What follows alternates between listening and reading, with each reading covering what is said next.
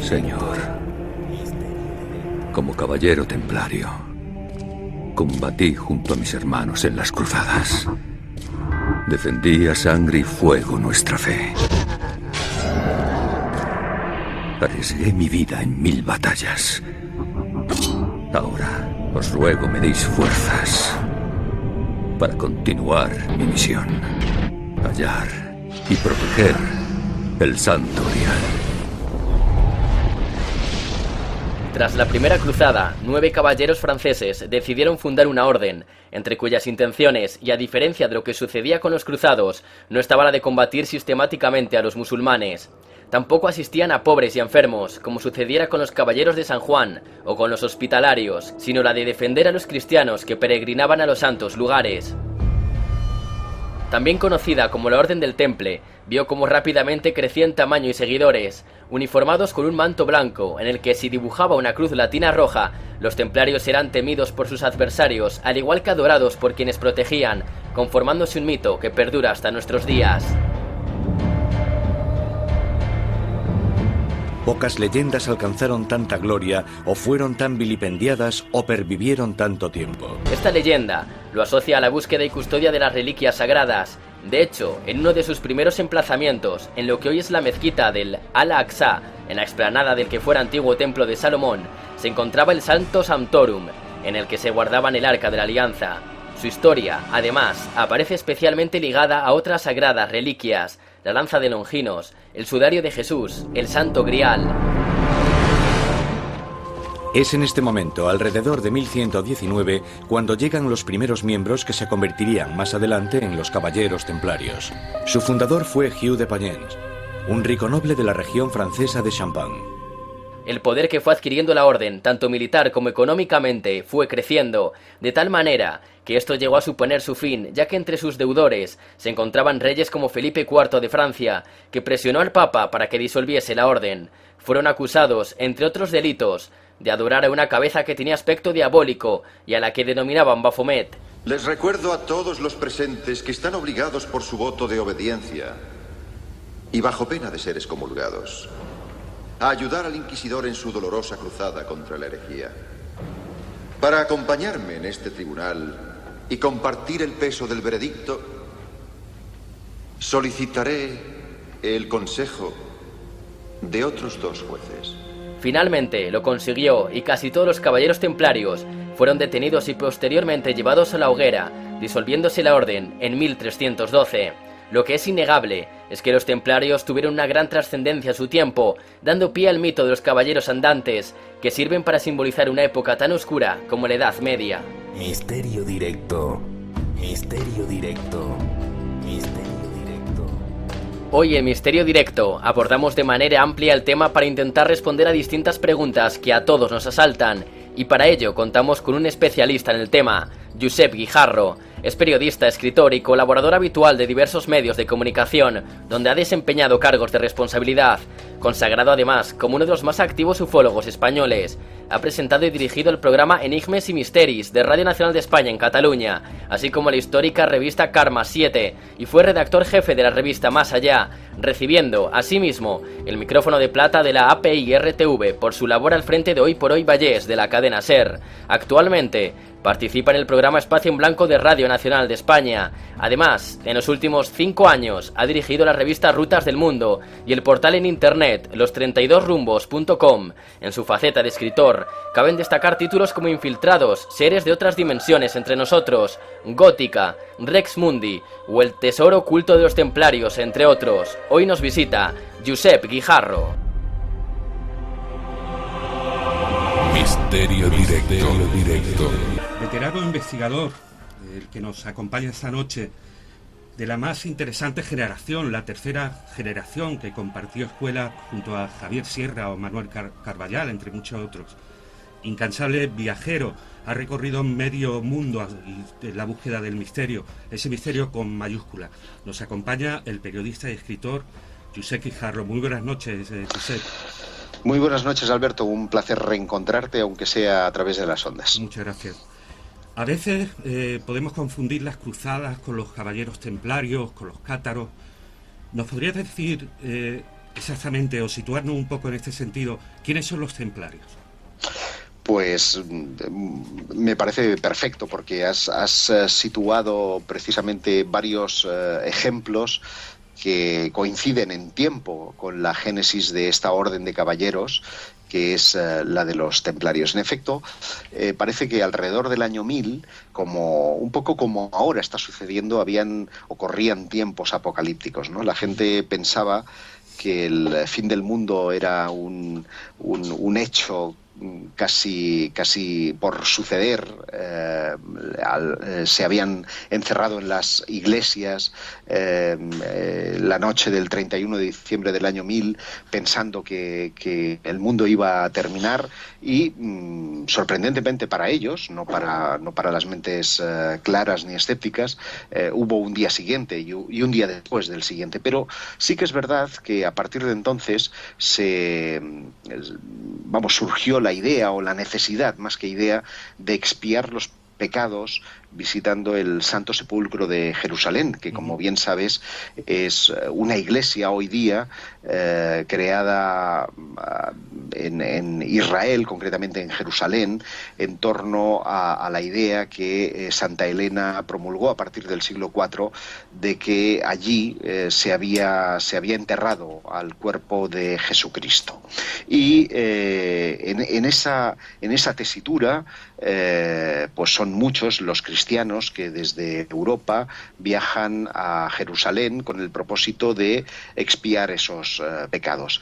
La ruta no estaba exenta de peligros. Lo que ocurre a partir de entonces es que muchas de las caravanas de peregrinos que van hasta allí son asaltadas por forajidos, son asaltadas por musulmanes, y pronto se alzan voces tratando de poner fin a esa sangría que, como los lunes aquí con los accidentes de tráfico, pues despertaban, ¿no?, en cada mañana con historias de horror de peregrinos que acudían al Santo Sepulcro de Jerusalén y eran asaltados. Es así como primero San Agustín y después, posteriormente, Bernardo de Claraval harán sendos escritos loando el hecho de que por qué los musulmanes son capaces de hacer una yihad, de hacer una guerra santa, de matar y sin embargo no por ello no poder ir a su particular paraíso, y sin embargo los cristianos, pues no, el hecho de coger una espada ya suponía un pecado. Es decir, no existía la figura propiamente dicha de un soldado, de una milicia. Es así como al auspicio de esas ideas surgen de la mano de Hug de Payens la idea de crear una caballería militar, una caballería que permitiera a la vez ser monje y soldado, es decir, no faltar a las obligaciones del rezo según los cánones de San Agustín, de la regla de San Agustín, pero sin embargo poder defender la fe a través de la espada. Y una vez que Jerusalén es ya tomada por los cristianos a través de una gesta muy particular que bueno, lleva consigo primero la obtención de la conocida Santa Lanza, ese objeto de poder, sí, y el día después se consigue entrar a Jerusalén. Dicen las crónicas Jacques Vitry que la sangre era capaz de llegar prácticamente a los tobillos, no se dejó títere con cabeza, se quemaron todas las casas, fue una cosa verdaderamente horrible, los animales muertos, las mujeres violadas.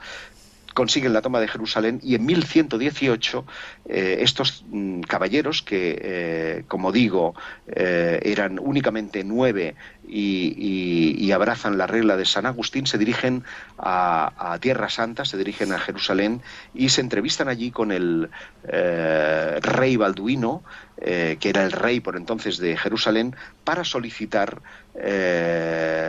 intervenir en la seguridad de la ciudad. Y ahí empiezan los misterios, Alberto, porque, que se sepa, ya Jerusalén era cristiana, no había por tanto ninguna necesidad militar, estaban allí los cruzados, estaban allí los teutones, estaban allí la Orden de Malta, y sin embargo el rey Balduino les ofrece nada menos que las caballerizas de su palacio, que no es otro lugar no menos misterioso que las caballerizas del antiguo templo de Herodes, el templo de Salomón, o lo que quedaba del templo de Salomón. Fueron 100 años los que subieron allí los templarios. El nombre supongo que viene de ahí, ¿no? Por ocupar el templo de Salomón, ¿no? Justamente, fueron 196 años los que duró esta orden de monjes guerreros. En esos 196 años lograron además convertirse en la fuerza militar, espiritual y económica más importante de Occidente. Y lo que es más importante, cernir en torno o a su alrededor una aureola de misterio que ha hecho que los templarios, después de siglos de su desaparición, sigan siendo objeto de estudio y de leyenda, porque se dice que en esos 9 años que permanecieron en el templo de Salomón, y que por lo tanto, que se sepa, no guerrearon en absoluto, lo que estuvieron haciendo es buscar algo un tanto singular y particular, y es nada más y nada menos que el Arca de la Alianza. En esos años que hemos hablado que estuvieron allí, aparte, bueno, es que es apasionante ya, si mencionas el Arca de la Alianza, pues tenemos que hablar también pues de otros sagradas reliquias, ¿no? ¿Qué pudieron encontrar en esos años allí? Aparte, si es que encontraron el Arca de la Alianza, ¿algo más también? Verás, no sé si la encontraron o no. A mi juicio, o tendríamos que hacer primero una pequeña salvedad. El templo de Salomón es un rey que vivió en Jerusalén 1000 años antes de Cristo, y que, obedeciendo los dictados de su padre, el rey David, decidió hacer un recinto que honrara a Yahvé, al Dios de los judíos. Como sabes, los judíos previamente habían vagado 40 años por el desierto buscando su tierra prometida, y en cada una de las paradas de esos 40 años utilizaban una tienda llamada tabernáculo, que tenía unas medidas que habían sido dictadas por el mismísimo Dios, por Yahvé. Entonces, Salomón lo que hace es ceder, digamos, la responsabilidad de erigir ese templo sobre un prestigioso arquitecto que es conocido como Irán Nabif, que es además, según las raíces mitológicas, el creador de la masonería, y hace ese templo de una manera que, aun conteniendo extremadas riquezas, no sea ostentoso a los ojos de Dios. Pero el templo en sí consiste en 3 receptáculos rectangulares orientados de oriente a occidente, y en su parte más sagrada, en lo que se denomina el Sancta Sanctorum, coloca la llamada Arca de la Alianza, que es, recordémoslo, ese objeto que Yahvé le dicta a Moisés en lo alto del monte Sinaí, que responsabiliza a una de las tribus judías, que es la de los levitas, a su transporte y conservación, porque, según les dice Yahvé, ahí, en la tapa del propiciatorio, en el espacio triangular que generan esos 2 querubines que conforman esa tapa, se manifestará Dios a su pueblo. Y vamos, que se nos antoja una especie de transmisor de radio o de televisión con hologramas, haciendo un ejercicio de imaginación. Y efectivamente construye ese templo con ese propósito, y eso era conocido por los templarios, que antes de salir habían hecho muy buenas migas con el ya aludido reformador del Cister, Bernardo de Claraval, que a su vez tenía unas intrincadas relaciones con la escuela de traductores judía que había en Troyes, en Troyes, que es donde en 1128 la Orden del Temple conseguirá de algún modo su regla como orden propia, orden que no dependerá ni siquiera del Papa. Van a tener ellos sus propios sacerdotes, van a poder oficiar ellos sus propios ejercicios espirituales. Es decir, es un estado de la Iglesia al margen de la Iglesia, y ello les da una cierta libertad. Entonces, lo que hacen los templarios durante esos 9 años de permanencia en el templo es precisamente buscar ese misterioso objeto, y eso lo sabemos porque en el siglo XVIII, cuando Jerusalén formaba parte el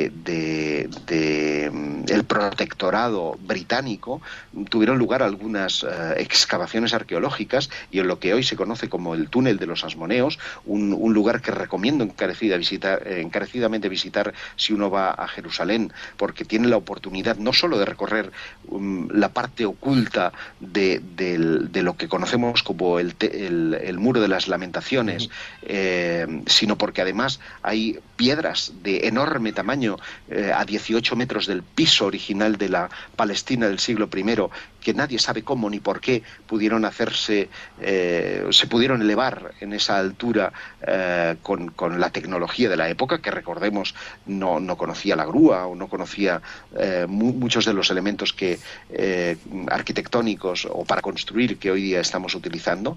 Y como digo, en esos túneles, en el siglo XIX, los británicos encontraron tanto empuñaduras de espadas templarias como cascos templarios, como elementos que hacían pensar que estos monjes guerreros habían estado llevando allí prospecciones de tipo arqueológico. Que lo consiguieron o no es harina de otro costal. Lo que sí sabemos es que cuando en 1128 ellos se vuelven a Troyes para recibir del legado papal la regla monástica que les acredita como orden de caballería, y son recibidos por Bernardo de Claraval, por el legado papal y por las autoridades como verdaderos triunfadores en una de las primeras campañas de marketing de la historia.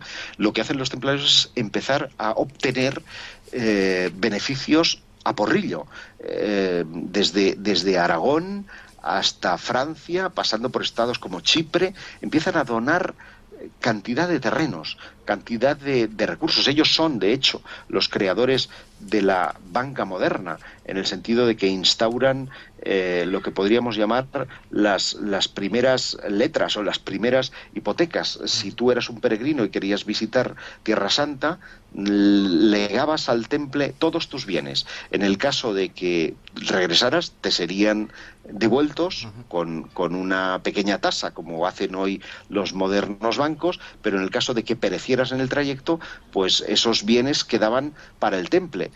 ¿A cambio qué obtenías? Pues obtenías un servicio de asistencia a lo largo de toda la ruta, en una serie de encomiendas que los templarios habían erigido, en donde ibas a recibir comida, atenciones y todo, hasta que tú llegaras al templo al Santo Sepulcro de Jerusalén. Y así funciona durante muchos años, hasta que las cosas en ultramar o en las tierras de ultramar pues no terminan de ir bien. Se pierde San Juan de Acre, una de las fortalezas más impresionantes y misteriosas que hoy día todavía se puede visitar en Israel, y a partir de ahí empieza la debacle. Sí, dime, perdón. No, comentabas que los templarios defendieron tanto a los peregrinos como la propia Tierra Santa. ¿Pero es cierto que también defendían las mezquitas y las sinagogas? Bueno, se ha especulado mucho acerca de esos 2 siglos de connivencia prácticamente con el Islam, porque más allá de los conflictos bélicos, de las escaramuzas que efectivamente tenían lugar en muchos de los caminos que conducían a Tierra Santa, lo que es cierto es que ellos tuvieron mucho tiempo de convivencia con el Islam, y no solamente en tierras de ultramar. Los reyes de Aragón, por ejemplo, encomendaron a los templarios lo que conocemos como la Reconquista española, y hay tierras como el Maestrazgo, por ejemplo, en tierras de Castellón, Valencia, en los que los templarios permanecieron durante muchísimos años en connivencia precisamente con el Islam, conviviendo precisamente con ellos en ciudades que permitieron prácticamente un acceso perfecto a las 3 religiones imperantes, que eran, por un lado, lado el judaísmo, el cristianismo y el islam. Y eso dio consigo una serie de, digamos, conocimientos o de mezcolanza de conocimientos muy interesantes. Tanto es así que, por ejemplo, yo subrayo en mi libro El tesoro oculto de los templarios una serie de cultos que me llaman poderosísimamente la atención. Yo digo que ellos refundieron algunas de los cultos paganos dentro del actual cristianismo. Por ejemplo, no se puede olvidar el hecho de que las vírgenes negras encuentran su máxima expresión precisamente durante el periodo de los templarios, que los romances acerca del Grial son impulsados precisamente por los templarios, y que, por ejemplo, el hecho de que en Chipre, por ponerte un ejemplo que me parece sumamente ilustrativo, ¿no? Los pobladores, los habitantes de la isla chipriota adoraban a un betilo. Un betilo es una piedra caída del espacio, lo que llamaríamos un meteorito, que se solía conservar dentro de una caja, al estilo de lo que se hace o de lo que los judíos hicieron con el Arca de la Alianza, ¿verdad? Y ellos iban a adorar ese betilo. Por mucho que los monjes, tanto agustinos como templarios, se empeñaban en que tenían que irle a rezar a la Virgen, no había manera. Y entonces lo que se les ocurrió es colocar el betilo en el interior de la talla de la Virgen Negra. De ese modo la gente seguía yendo a adorar al betilo, cuando en realidad lo que estaban viendo era la imagen de la Virgen. Eso explica que muchas vírgenes, como por ejemplo aquí en España, que no en la península ibérica, me refiero en Adeje, en la isla de Tenerife, la Virgen de Adeje tiene en su interior una serie de reliquias que son de origen templario, ¿no? Y eso es precisamente por el culto que quisieron precisamente imponer los templarios. Muchas de las catedrales góticas, por ejemplo, que se erigieron durante la Edad Media, durante el siglo XII-XIII en Francia, tienen, al igual que las pirámides egipcias, que son paganas, una correspondencia estelar. Todos conocéis la hipótesis de Bouval acerca de la constelación de Orión y que las pirámides estarían dibujando una suerte de espejo en la tierra del cielo, ¿no? Pues eso mismo hicieron los templarios con las catedrales góticas en Francia. Si tú las colocas sobre un mapa, advertirás que están reproduciendo la constelación de Virgo. ¿Por qué? Porque ellos eran devotos, porque tenían una estrecha relación con la Orden del Císter, de la Virgen. Así, Santa María de Becelay, que tiene en su pórtico un cristianizado, digamos, un pasaje del Libro de los Muertos, que es cuando el faraón se somete al dictado para entrar al inframundo, y la diosa Mat le coloca el alma en una de las pesas de la balanza para saber si los pecados cometidos le permiten o no pasar al orden superior. En el frontispicio de Santa María de Becelay en Francia encontramos esa misma escena. Y una de las cosas, Alberto, que más me ha llamado a mí poderosísimamente la atención en mis viajes es haber visitado, por ejemplo, el templo de la diosa Isis en la isla de Philae, en Egipto, y te das cuenta de la cantidad de vamos a llamar, son cruces templarias que se encuentran en el templo. Esas cruces templarias, incluso hay una pequeña capilla templaria dentro del templo egipcio de Philae, es de donde los templarios sacaron el culto de las vírgenes negras. No olvidemos que Isis, amamantando a su hijo Horus, es claramente una virgen negra románica, como la que los templarios trajeron a Europa a partir del siglo XII. Qué interesante. Utilizaron quizá la geometría sagrada que hallaron en Tierra Santa, y ese es el motivo del gran salto arquitectónico que se produce en aquellos años, el paso tan brusco del románico al gótico. Sin duda alguna, los templarios tuvieron que entrar en contacto con antiguas escuelas de misterios. Y no solamente en lo que respecta a Egipto, yo creo que también el mundo judío les ofreció muchísimas claves en ese sentido, pues las catedrales góticas, al margen de la anécdota que contaba de Philae, están repletas de simbolismos que tratan de evocar o que nos recuerdan poderosamente al paganismo de un lado, por Egipto, al Islam por otro y al mundo del judaísmo. Y qué duda cabe, ellos financiaron las catedrales góticas y más que probable que los capítulos superiores de la orden dieran instrucciones precisas a los masones medievales para llevar a cabo todas esas obras, las orientaciones, su relación astronómica, los vitrales. No se han conseguido vitrales de mayor pureza con los medios del que podía disponerse en el siglo XII en ese sentido, que los conseguidos precisamente por los artesanos del Cister, que recordemos eran la orden monástica, digamos, que abrazaron los templarios. Y todo ello me hace pensar que indudablemente tiene razón la afirmación que tú ahora mismo ofrecías, y es que los templarios, qué duda cabe, abrazaron y estrecharon conocimientos con todas esas culturas. Misterio Directo.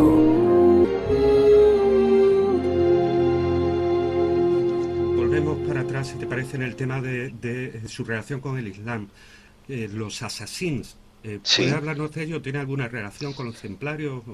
Sí, los assassins que reciben su nombre, bueno, una discusión ahí acerca de si es por lo de asesinos o si era por las sustancias psicotrópicas, por el hachís que ellos fumaban, ¿no? Ingerían, que establecieron pues a mediados del siglo XIII una relación, e incluso se habla que de una traición. De hecho, antes aludí a la pérdida de San Juan de Acre. Esa pérdida que de algún modo quedó reflejada en un film que yo creo que hace bastante justicia y que es repudiado mucho por muchos de los grupos neotemplarios en la actualidad, que es El Reino de los Cielos. No sé si has visto esa película. Es una película larga pero extraordinaria, en el que se pintan los templarios un poco como malvados, en el sentido de que hay en disputa el gran poder que ofrece ser reyes de Jerusalén, y son los templarios quienes se alían precisamente con esos assassins o con esos asesinos, con el propósito de urdir una traición que al final les va a salir mal y van a tener como pérdida precisamente Jerusalén. Pero no es la única relación con el Islam, también están la relación con los selúcidas, otras tribus islámicas que al parecer ofrecieron tanto conocimientos como herramientas para evaluar o hacer un transunto, una mezcolanza, un sincretismo entre algunas de las creencias más arraigadas del cristianismo y algunas creencias relacionadas con el Islam. ¿Tuvo alguna relación la Orden del Temple con los cátaros?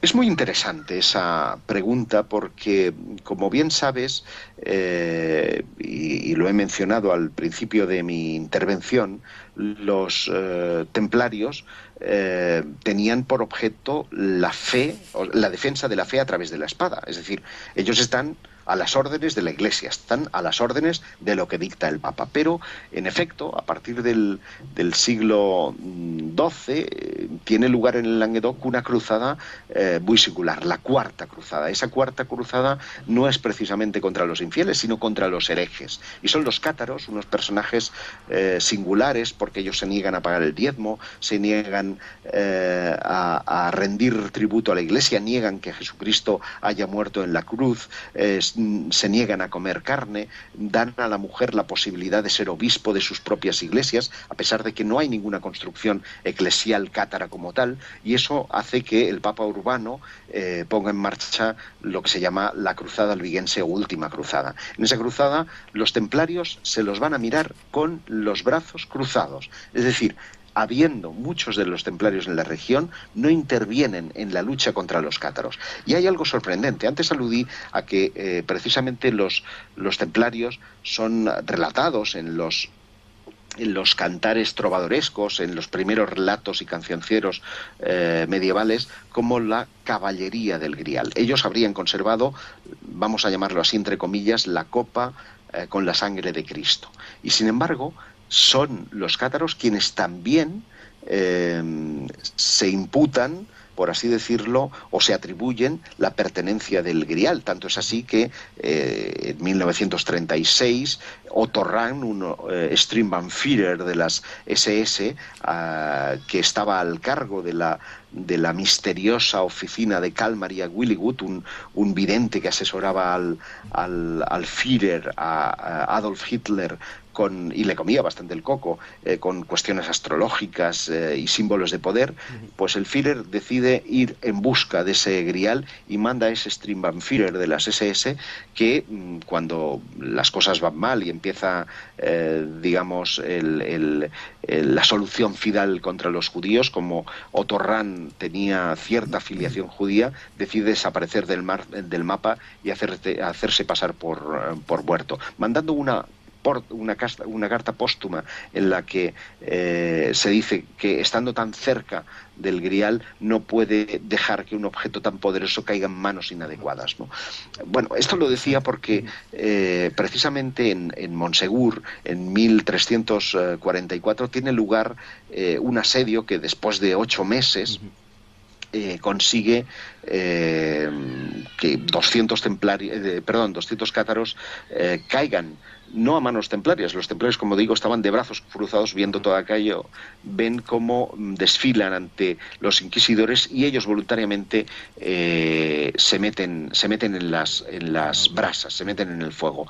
Allí estaban el propietario del castillo y Pierre Roger de Trencavel, que era el señor que estaba al frente de la milicia que defendía el castillo, que había solicitado 15 días antes de la rendición.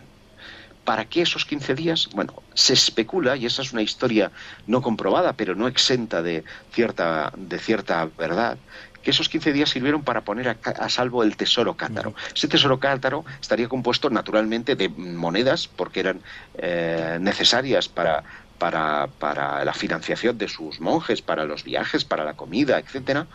Pero además por ciertos libros que nunca han aparecido, entre ellos una versión apócrifa del Evangelio de Juan, el apóstol bien amado al que los cátaros tenían en gran estima, y presuntamente el Grial.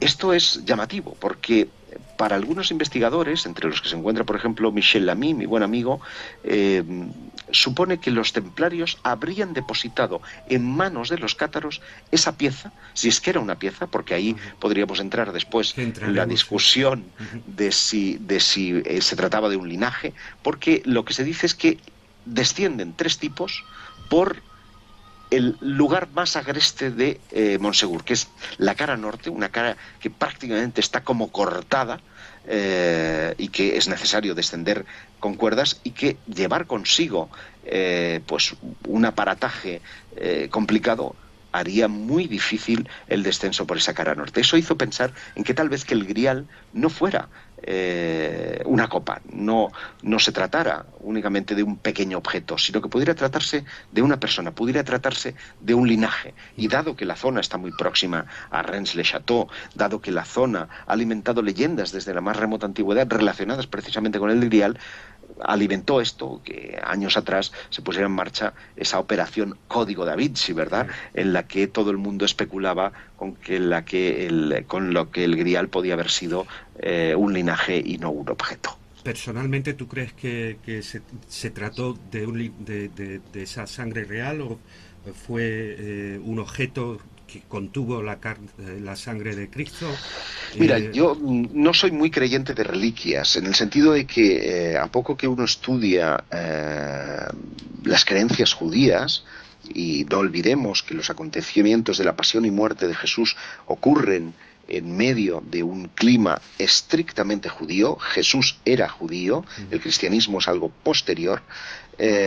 Dudo que en su superstición acerca de la muerte, todo lo que tenía que tener, haber estado en contacto con un fallecido, dudo que hubiera podido ser conservado.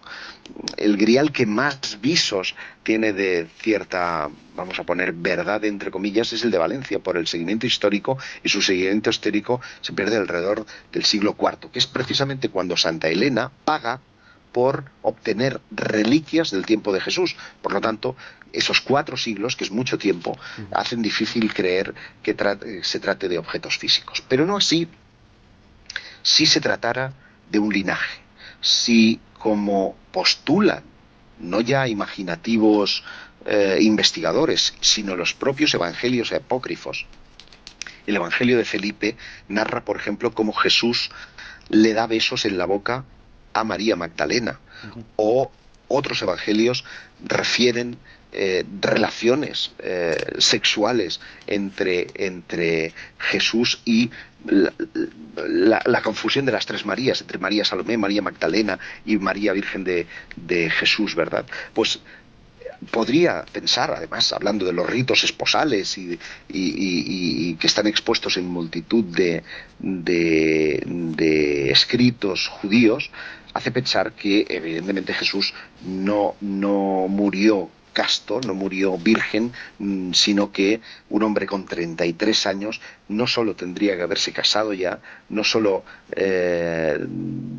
habría tomado esposa, sino que además habría tenido ya más de un hijo. Y eso hace posible, o hace verosímil, cuanto menos, la hipótesis de que el grial pueda tratarse no de un objeto, sino probablemente de un linaje. Y a todo esto alimentado con el hecho de extraños evangelios que pudieron ser encontrados en la pequeña aldea de Rennes-le-Château a finales del siglo XIX, y que en torno a los cuales se han cimentado multitud de mitos que se relacionan precisamente con el grial y los templarios, porque no en vano uno de el cuarto exactamente gran maestre templario vive en Rennes-le-Château, y las ruinas de su castillo todavía son visibles en lo alto de esa pequeña colina del Rocés. Dejamos ese tema, que por cierto es polémico, pues crea polémica cada vez que se trata, sobre todo con los que son más religiosos o católicos, y te preguntaría, ¿de dónde sacaron esas grandes fortunas, ese patrimonio,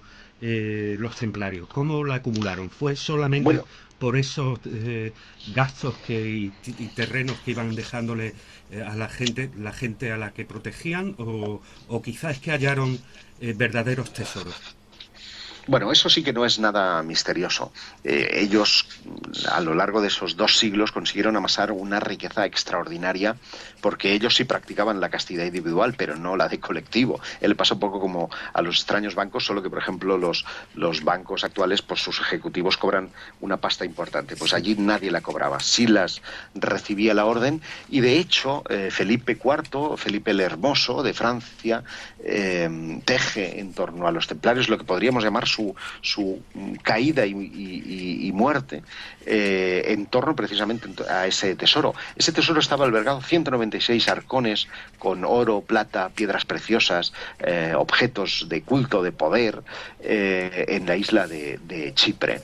Y hace trasladar junto a Jacques de Molay todas esas piezas a Francia, a París. Jacques de Molay, que debía de tener unos buenos servicios secretos en aquella época, no se fía del todo. Y, bueno, cuanto menos hace que lo transportan, no sabemos si se transporta o no, porque cuando el 13 de octubre de 1314 las tropas de Felipe el Hermoso entran en todas las encomiendas templarias del reino, con objeto de arrestar a los templarios bajo acusación de herejía, no consiguen hacerse con una sola moneda. De hecho, yo relato en mi libro que el paradero de esos tesoros pudo muy bien ir a parar a una aldea situada al norte de Francia, bajo un castillo donde hay una curiosa historia protagonizada por un individuo que se llama Robert Lomoy, que es, bueno, eso nos daría para otro programa, y su aventura es desde luego singular. Pero sí es cierto que ese tesoro pasó inadvertido. De hecho, cuando, perdón, dije 1314, es 1307, cuando en 1314, 7 años después, tiene lugar la quema de los maestres templarios en una pequeña islita en el Sena, en el río Sena, hay una pequeña placa que lo recuerda, y se deciden dividir las riquezas del temple. No se pueden repartir ni una sola moneda, lo único que pueden repartirse son territorios, porque el tesoro, así como los libros fundacionales de la orden, que eran básicos para cimentar las acusaciones de herejía, desaparecieron misteriosamente. Entre las principales acusaciones que se vertieron contra los templarios estaba el que acusaban que adoraban a un busto parlante, el llamado Baphomet, si no me equivoco. Así es. Es apasionante, ¿no?, ese tema. ¿Podrías contarnos lo que tú sabes sobre...? Sí, bueno, a los templarios se les acusó prácticamente de todo. Se les acusó de sodomía, de escupir sobre la cruz, de mil y una perrerías. Pero la más importante para la Iglesia era la idolatría, es decir, adorar a alguien que no era Jesús. Y ese alguien, ese algo, fue descrito bajo tortura de formas un tanto singulares. Unos decían que era una especie de gato, otros hablaban de una cabeza. Parece que cuando hablo de cabeza me refiero a una cabeza con cuernos, que recordaba de alguna manera al macho cabrío, ¿no? Recordaba al diablo.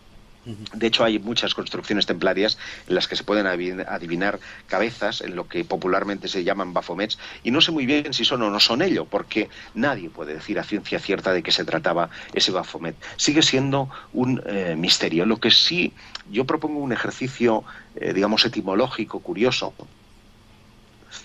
o dos, si me permites. Un primero tiene que ver con las mahomerías. A lo mejor Baphomet deriva de Mahomet, y es que en las mahomerías eran unas casas en las que habían una especie de oráculos que se llamaban mahomets, y en esos mahomets eran autómatas en las que uno se ponía enfrente y le contaban un poco el futuro, ¿no? Y el otro es la raíz etimológica de Bafos, de Baphomet, podría ser Bafos Meteo, bautismo por el fuego, habida cuenta de que la fiesta templaria es la de Pentecostés, que va a tener lugar en muy pocas fechas, y que tiene que ver precisamente con esas lenguas de fuego que descendieron del cielo. Bueno, sea una cosa o la otra, lo cierto es que ellos fueron acusados de esa idolatría y fueron pasto de las llamas inquisitoriales precisamente por adorar a esos ídolos que son el Baphomet. Han habido quienes incluso han sugerido que pudiera tratarse de la propia cabeza de San Juan Bautista, que, como sabes, fue decapitado después del bautizo a Jesús en el río Jordán, y que esa cabeza, ni más ni menos, habría ido a parar a Escocia, que fue uno de los pocos reinos, junto con España y Portugal, que no persiguieron a los templarios. Y por lo tanto habrían participado en las guerras de independencia con Bruce Wallace en Escocia, y esa cabeza habría sido, digamos, escondida en el interior de un pilar que estaría en una pequeña capilla a pocos kilómetros de Edimburgo que se llama Roslin, y que también aparece en el mencionado Código Da Vinci. Qué interesante. Desde luego, apasionante el mundo de los templarios. De hecho, ya lleva escrito varios libros sobre el tema. ¿Qué aporta el tesoro oculto de los templarios a este mundo? Bueno, pues lo que hace es intentar desarrollar todas estas teorías. Es un libro en el que yo digo, de lo que menos se habla posiblemente sea de templarios, sino que lo que hago es un ejercicio intelectual de tratar de relacionar esos templarios pues con Egipto, con el Islam, con los conocimientos judíos. Se habla del Arca de la Alianza, se habla de las pirámides de Egipto, se habla de muchos de esos acontecimientos que marcaron la historia y que probablemente marcaron ideológicamente a esta orden de caballeros, monjes, guerreros, y que indudablemente su impronta ha sido tan importante que incluso hoy en la actualidad hay quienes se preocupan y se gastan mucho dinero por tratar de volver a resurgir el espíritu del Temple, de la Orden del Temple. ¿Crees que llegaron a América, como dicen algunos investigadores heterodoxos? Bueno, no sé si llegaron o no. Yo aporto una fotografía de una pequeña estatuilla que se conserva en el Museo de la Paz en Bolivia, en la que se ve a un monje con una cruz y que fue encontrada en un yacimiento precolombino. Y por lo tanto dices, ¿cómo es posible que los templarios llegaran a América antes de que Colón? Bueno, hay quien dice más. Dice que Colón llegó a América gracias a los templarios, gracias a una carta náutica precisamente de un templario que gracias a un temporal habría llegado sifilítico a causa de los excesos con las Indias en América y moribundo, y que Colón pues habría conseguido de él una carta náutica que le habría procurado poder llegar a las Indias, ¿no?, al nuevo continente. Y de hecho eso explicaría el por qué Isabel la Católica pues con pocas no le costó de convencer, por decirlo de alguna manera, o con pocas pruebas le otorgó la posibilidad de viajar con los fondos de la corona hasta el nuevo continente. Pero si hay alguna historia o dos historias que marcan definitivamente ese asunto, es uno, el puerto de La Rochelle. Si uno quiere establecer una ruta comercial para abastecer a las tropas que puedan haber en Tierra Santa, coloca el puerto en Marsella, no la coloca en el puerto oriental, no lo coloca en el Atlántico, porque lo lógico es que eso vaya hacia el oeste, ¿no? En consecuencia, esa es un hallazgo llamativo que coincide además con la entrada en Europa de una cantidad ingente de plata que no se sabe muy bien de dónde procede. ¿Puede ser el dorado? Pues quién sabe.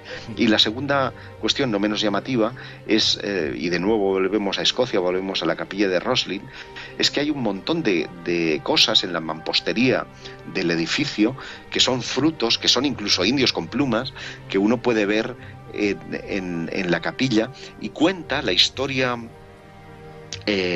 familiar de los Saint Clair, que fueron los maestres templarios que llegaron hasta allí, que en 1288 un barco, a causa de una tormenta, habría ido a parar nada menos que a las costas de Massachusetts, y que eso les habría provisto del descubrimiento de América. Vamos, en otras palabras, que Colón fue el último, pero probablemente el que mejor marketing tuvo. Josep, estamos abusando de tu tiempo. 3 preguntas. Extiéndete como creas conveniente. Una de ellas a mí me apasiona también, como todo lo que has comentado, porque está llena de misterio y hemos hablado algo de ello. ¿Cómo fue, si nos puedes describir, el procedimiento final de la orden? ¿Hubo juicios, condenas? Sí, mira, la mayoría fueron recluidos en una cárcel que está situada en Normandía y que se llama Chinon, donde los templarios que allí estuvieron durante esos 7 años dejaron una serie de misteriosos símbolos todavía por descifrar, que según algunos podrían conducir, serían una suerte de mapa del tesoro que podrían conducir a las riquezas ocultas de la orden. Y después de ese vergonzante proceso inquisitorial, porque después el Papa Clemente V absolvió de los cargos a los templarios, en un documento que sacó a la luz no hace tanto tiempo una estudiosa de la Biblioteca Vaticana que se llama Bárbara Freil, pues como digo, después de ese vergonzante proceso inquisitorial, con torturas y con todos los aditivos de crónica negra que quieras poner, fueron ajusticiados en la hoguera en una isla ubicada en el Sena, en París. ¿Qué ocurre? Que naturalmente los templarios, los soldados, los sargentos, los escuderos, huyeron en una diáspora a 3 lugares, básicamente. Uno es a España, donde su gesta en la Reconquista les congració con los reyes de Aragón y en consecuencia les ofrecieron, en este caso, apoyo para esconderse, fundiéndose en otras órdenes como pueden ser la de Montesa o la de Calatrava.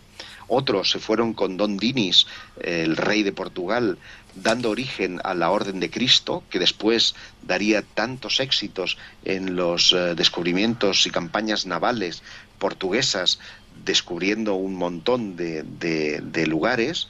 Y finalmente una tercera escisión habría ido hacia Escocia, en donde habrían ocultado parte de esos tesoros o de esos conocimientos, y habrían dado origen nada más y nada menos que a la masonería moderna, o cuanto menos al rito escocés, antiguo rito escocés rectificado y aceptado, que es el que tiene los 33 grados y por lo tanto tiene una colación o relación directa con el templo de Salomón y con la sabiduría de los templarios. Y esto, por lo tanto, les habría puesto en el punto de mira, pasados los siglos, de la Revolución Francesa. De ahí que al final de la Revolución Francesa una voz hubiera dicho aquello de Jacques de Molay ya ha sido vengado. Jacques de Molay era el último gran maestre de la orden templaria. Increíble. Josep, como buen viajero, los 32rumbos.com, tu página web, ha recorrido medio mundo, lo decíamos en la introducción. Bueno, para ser exactos, el 33% del mundo, porque es lo que dice el mapita este del TripAdvisor cuando le pones todos los lugares en los que has estado.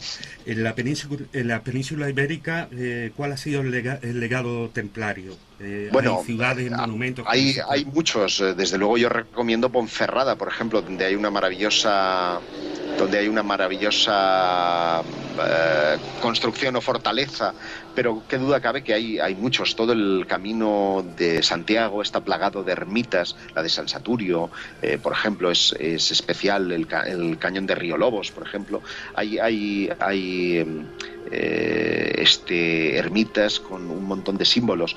Hay otra muy singular, que es la Veracruz Templaria en Segovia, que merece desde luego una visita pausada, porque todos los templarios sabían conjugar muy bien las energías terrestres con las energías celestes en esa serie de cultos paganos a los que antes aludí, y qué duda cabe que conllevan una serie de sensaciones un tanto especiales cuando uno visita todos esos lugares. Y por citar otro de la península ibérica, que no es español pero sí singular, y que va a ser objeto de una reunión internacional el próximo mes de octubre, es Tomar, en Portugal, donde también cuenta la mitología en torno a los templarios. Puede esconderse parte de la sabiduría, de los conocimientos y quién sabe si también del tesoro, donde hay una girola octogonal, igual que el templo que ellos erigieron no erigieron ellos, perdón, pero que utilizaron ellos en Jerusalén, esa capilla octogonal, que es una verdadera maravilla y que presuntamente permitía incluso que los caballeros a lomos de sus corceles, a lomos de su caballo, pudieran entrar en la iglesia y bendecir sus armas, ¿no? Una cosa verdaderamente sorprendente. Hay muchísimo templario, y bueno, en la zona del Maestrazgo, por ejemplo, en Valencia, hay todavía muchas fortalezas que merece la pena visitar, así como muchas ermitas que desde luego tienen mucho que decir. Para terminar, Josep, ¿hay templarios en la actualidad? ¿Son quizás descendientes de una orden templaria medieval o es una refundación? Mira, hay neotemplarios. Mira, hoy ha sido condenado, como bien sabes, uno que decía ser neotemplario por la matanza acontecida en Noruega, ¿no? Le han caído 21 años. Y gente como esta, que está un poco pirada, ocupa hoy día cargos de responsabilidad dentro de organizaciones de tipo neotemplario, que lo único que buscan es básicamente traficar con títulos honoríficos, imponer la caballería o el espíritu de la caballería, pero a mí me parece una solemne estupidez, en el sentido de que ¿quién va a hacer hoy los 3 votos de castidad, pobreza y obediencia? Vamos, el de pobreza, lamentablemente, lo tenemos que hacer muchos de nosotros debido a la situación económica actual, pero que no es el caso, ¿no? Es muy difícil hoy ir de Quijote en los tiempos modernos, porque esa caballería tiene un contexto y por otro lado, aunque admitamos que Clemente V los absolvió, nadie en su sano juicio va a hacer que hoy día se repongan los bienes, o se repongan las tierras, o se reponga cualquiera de las muchas cosas que poseyeron los templarios. Así que, como nadie puede legitimar su vinculación porque los libros no fueron encontrados, a pesar de que existan organizaciones verdaderamente en número de miembros y en importancia y en estudios historicistas y académicos importantes, como puede ser la Orden Soberana y Militar del Templo de Jerusalén, yo les llamo neotemplarios, porque templarios murieron en la hoguera en 1314. Misterio Directo con Alberto Guzmán.